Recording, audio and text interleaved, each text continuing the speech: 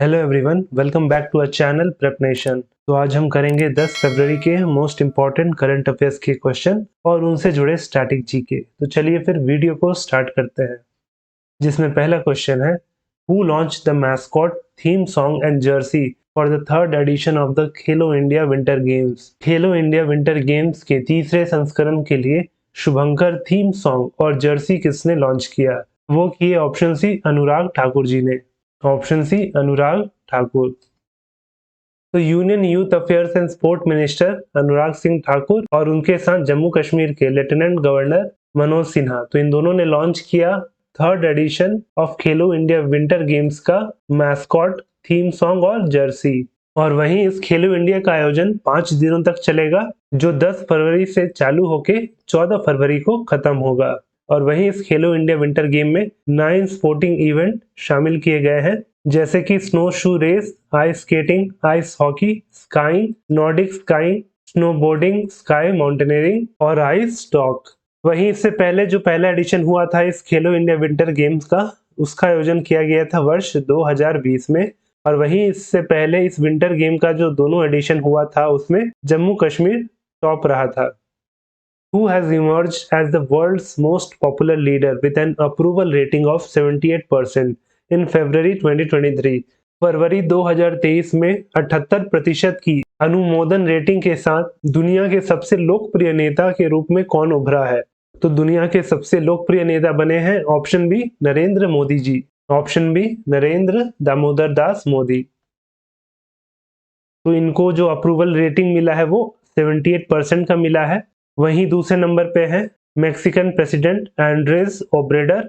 वहीं तीसरा स्थान प्राप्त किया है स्विट्जरलैंड के प्रेसिडेंट एलन बरसेट। और इसके साथ ही जो यूएस के प्रेसिडेंट है जो बाइडेन, वो आए हैं 7वें नंबर पे। वहीं यूके के प्रधानमंत्री ऋषि सुनक, उनको इस सूची में मिला है 12वां स्थान। और वहीं इस 22 ग्लोबल लीडर की सूची में ना तो व्लादिमीर पुतिन का नाम है और ना ही शी जिनपिंग का। और वहीं अगर बात करें ये सूची किसने पब्लिश किया था, तो इसे पब्लिश किया था US based consulting firm morning consult ने। Where did Prime Minister Modi inaugurated the Hindustan Aeronautics Limited helicopter factory? प्रधानमंत्री मोदी जी ने हिंदुस्तान एरोनॉटिक्स लिमिटेड हेलीकॉप्टर कारखाने का उद्घाटन कहाँ किया? तो मोदी जी ने हिंदुस्तान एरोनॉटिक्स लिमिटेड का हेलीकॉप्टर फैक्ट्री का उद्घाटन किया है। ऑप्शन सी कर्नाटक का तुमाकुरु। Option C Tumakuru. तो ये जो हेलीकॉप्टर फैक्ट्री है एचएएल का, ये एशिया का लार्जेस्ट हेलीकॉप्टर मैन्युफैक्चरिंग फैसिलिटी होगा, जहां पे इनिशियली लाइट यूटिलिटी हेलीकॉप्टर्स को बिल्ड किया जाएगा। और वहीं इस फैक्ट्री का शिलान्यास वर्ष 2016 में प्रधानमंत्री नरेंद्र मोदी द्वारा ही किया गया था। Who will host the 15th BRICS summit in August 2023? अगस्त 2023 में 15वें ब्रिक्स शिखर सम्मेलन की मेजबानी कौन करेगा? तो वो करेगा option C South Africa. Option C South Africa. Who chaired the CEO conclave at Plast India 2023? Plast India 2023 में CEO कॉन्क्लेव की अध्यक्षता किसने की? तो किए option C Mansukh Mandaviya ji. Option C Mansukh Mandaviya. और वहीं जो मनसुख मंडाविया जी है वो यूनियन मिनिस्टर हैं फॉर केमिकल एंड फर्टिलाइजर्स और साथ में health and family welfare. Which insurance company has launched Pay as you Drive vehicle insurance policy? किस बीमा कंपनी ने Pay as you Drive वाहन बीमा पॉलिसी लॉन्च की है? तो इस पॉलिसी को लॉन्च किया है option D new India assurance company ने। Option D new India assurance company. Who has won the Grammy Award for the third time at the 65th Annual Grammy Awards? 65वें वार्षिक Grammy पुरस्कारों में तीसरी बार Grammy पुरस्कार किसने जीता? तो जीते हैं ऑप्शन ए रिक्की केज।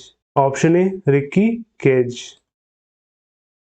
तो इस 65th एनुअल ग्रैमी अवार्ड जिसका आयोजन यूएस के लॉस एंजलिस में हुआ था और उसमें रिक्की केज ने तीसरी बार ग्रैमी अवार्ड जीता है और इनको ये अवार्ड मिला है for his album divine tides. और वहीं इस एल्बम में रिक्की केज के साथ एक और व्यक्ति है जिनका नाम है Stewart Copeland.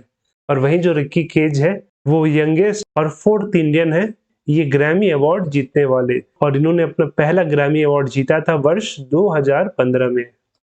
Which country will host football's 2027 Asian cup? कौन सा देश फुटबॉल के 2027 एशियाई कप की मेजबानी करेगा? तो वो करेगा option B Saudi Arabia. Option B Saudi Arabia. तो जो एशियन नेशंस कप है 2027 का, उसको पहली बार सऊदी अरेबिया होस्ट करने वाला है। वहीं ये फैसला लिया गया था at the 33rd Congress of the Asian football confederation, और वहीं इस एएफसी का जो कॉन्फ्रेंस हुआ था उसका आयोजन हुआ था बहरीन की राजधानी मनामा में। और वहीं अगर बात करें एशियन फुटबॉल कॉन्फेडरेशन की, तो ये फॉर्म हुआ था 7 मई 1954 को, और वहीं इसका हेडक्वार्टर है मलेशिया का कुआलालंपुर। तो वहीं इसके करंट प्रेसिडेंट है सलमान बिन इब्राहिम अल खलीफा। Legendary playback singer Vani Jairam, who recently passed away, was awarded the Padma Bhushan in which year? प्रसिद्ध प्लेबैक गायिका वाणी जयराम, जिनका हाल ही में निधन हो गया, को किस वर्ष पद्म भूषण से सम्मानित किया गया था? तो उनको पद्म भूषण इसी साल मिला था, यानी कि जनवरी 2023 में। तो इसका सही आंसर होगा ऑप्शन डी 2023। तो जनवरी 2023 में भारत सरकार ने इन्हें भारत का 3rd हाईएस्ट सिविलियन अवार्ड दिया था, पद्म भूषण। वहीं भारत का जो हाईएस्ट सिविलियन अवार्ड है वो है भारत रत्न, फिर है पद्म विभूषण, फिर भूषण, फिर आता है पद्मश्री। और वहीं इनको 3 बार नेशनल फिल्म अवार्ड भी मिल चुका है for best female playback singer. इसके साथ ही इनको कई राज्यों से भी स्टेट गवर्नमेंट अवार्ड दिए जा चुके हैं। तो ये जो क्वेश्चन है वो आपके लिए है कि who is the current chief justice of India? Bharat के वर्तमान मुख्य न्यायाधीश कौन है? तो इसका सही आंसर आपको नीचे कमेंट करके बताना है। और वहीं हमेशा की तरह इस लेक्चर का पीडीएफ आपको हमारे टेलीग्राम चैनल प्रेपरेशन में मिल जाएगा, जिसका लिंक नीचे डिस्क्रिप्शन में दिया गया है। और वहीं अगर आपको वीडियो अच्छा लगा हो तो वीडियो को लाइक जरूर करें, और साथ में चैनल पे नए हो तो चैनल को सब्सक्राइब करना ना भूलें।